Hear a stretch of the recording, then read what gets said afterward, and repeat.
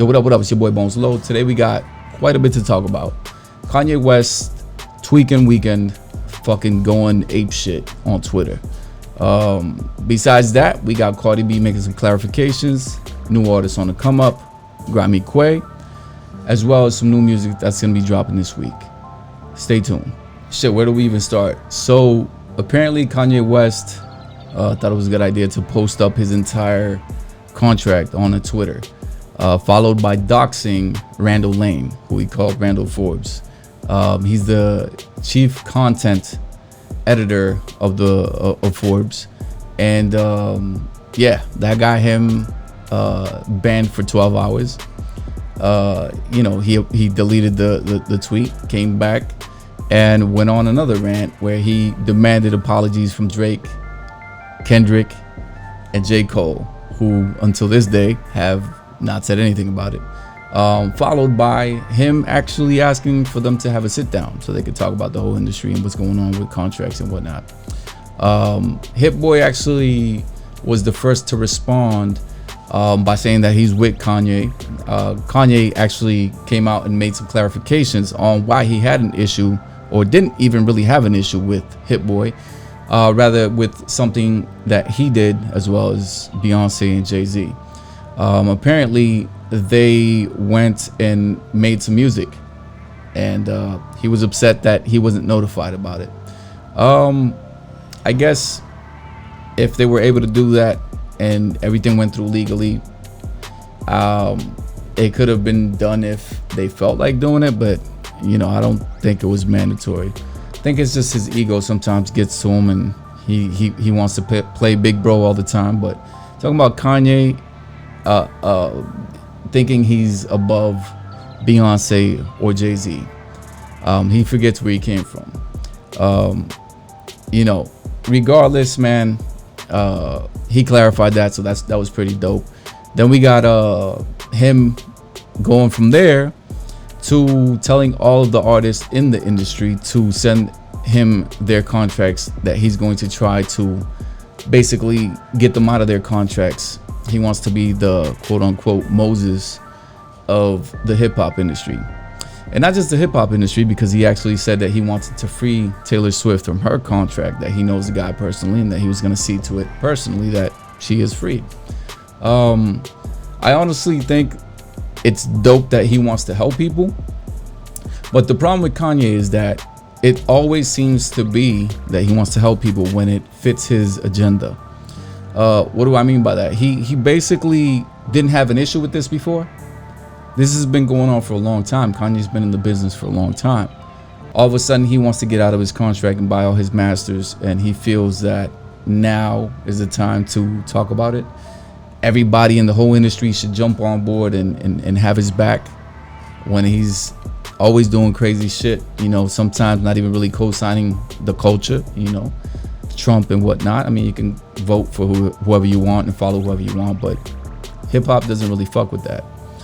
All of a sudden he wants to come back and get everybody to ride along with him. It'll be beneficial for a lot of artists if he's able to pull this off, but it's Kanye, and we know that he rants and does all this crazy shit whenever he's off his meds, and then he gets back on and he forgets about whatever he was talking about, and we go back to normal. And then he'll come back in another 6 months with some other crazy shit. I believe it's just a cry for attention. He wants everybody to see him like he is, quote unquote, Moses. Whenever people stop paying attention to him like that, he does some crazy shit. He also thought it was a good idea to take a Grammy and piss on it, record it, and post it up on Twitter. I personally thought it was funny, but I have a question. What the fuck happened to that Grammy? Did he leave it there? Or did he take it out the toilet and clean it and take it back home? That shit confuses me. I mean, if he left it there, somebody came up on a pissed on Grammy by Kanye. I'm pretty sure some crazy motherfucker out there would buy that. But yeah, man, what do you guys think about the whole situation? It's a lot to talk about, man, but go ahead and beat up those comments down below if you want. Let me know what you guys think. I'm definitely interested in having a conversation with anybody that wants to talk about this, because man, there's a lot. Now let's move on to the next subject. We got Cardi B making some clarifications about the whole situation with her getting divorced, and people talking shit. People basically saying that, you know, she got cheated on again, and you know how it is. People just like to talk. She wanted to clarify that basically it's none of that old shit, and it's basically just her wanting to move on. She's just tired of fighting, and you know, shit is not working out. Sometimes it's better to just move on than to deal with the same bullshit that's not evolving. Either way, man, check out the clip real quick. Because I've been seeing a lot of people talking. First of all, no, I want to say this first, right? I'm sorry, y'all. I get nervous when I get on live. I've been seeing all the love and prayers and everything that you guys been sending me, and I want to say thank you. I want to say thank you so much. However, like, I don't really need it. Like, I'm okay. I want to let y'all know I have not shed not one tear. You know, every single time that, you know, this guy have done something so crazy, so fucked up, and it hits the media, I'm always crying. I'm always stressed out. I'm sad because I don't like that type of shit. This time, I wasn't crying. You want to know why? Because it wasn't, the reason of my divorce is not because of none of that that ever happened before. It's not because of cheating. I'm seeing people like, oh, he has a baby on the way. That's a whole fucking complete lie. There's like the second time that people's trying to pin babies over here. No, that's bullshit. I just got tired of fucking arguing. I got tired of not seeing things eye to eye. So before, when you feel like it's just not the same anymore, before you actually get cheated on, I'd rather just leave. You know what I'm saying? Like, I'm tired of people saying that I'm paying blogs. Another thing, just because I get along with bloggers, and the bloggers that I get along with, if they ask me a question, because there has been so much rumors going around why the reason, if they ask me a question and I answer them, that's not them paying. That's not me paying them. I'm giving them an honest answer. So they're going to tell their platform the answer. I'm tired of people saying, oh, sources said this, sources close to Cardi, sources close to Offset. That is a lie. Because why have these sources didn't say nothing a couple of days before I wanted to get a divorce? Now y'all want to say something after it comes out. That's not true. And another thing is, I don't talk to people. I'm only around my family. I don't talk to people from my label unless it's about music. And I don't talk to none of the people that I work with unless it's about a project that I'm about to do. So stop with the bullshit that sources told y'all. There is no fucking sources. Because where were the sources before the hit the thing? And another thing that I want to say is, because a lot of people saying that I got a divorce for clout, because you get tired sometimes. And before something bad happens, before you get left, before you get cheated on, sometimes you just want to leave. What is so bad about that? Why y'all want it to be a baby? Why y'all want it to be, oh, he cheated again? Why? Like, it's like you're not in a relationship. You don't know how a relationship goes. Y'all want me to get cheated on 15 times before I leave? You want this to have a kid before I leave? It doesn't, no. Sometimes you want to stop it before it gets to that. So stop bringing up these fake rumors. There has been a lot of people with fake text messages, with fake bullshit. I'm sure, like, we all know that said is really sloppy when it comes to fucking around. I'm sure it would have been something out now. No, just leave it. I just want to be a free birdie. Man, like I said, sometimes you're just in a relationship that's not moving forward.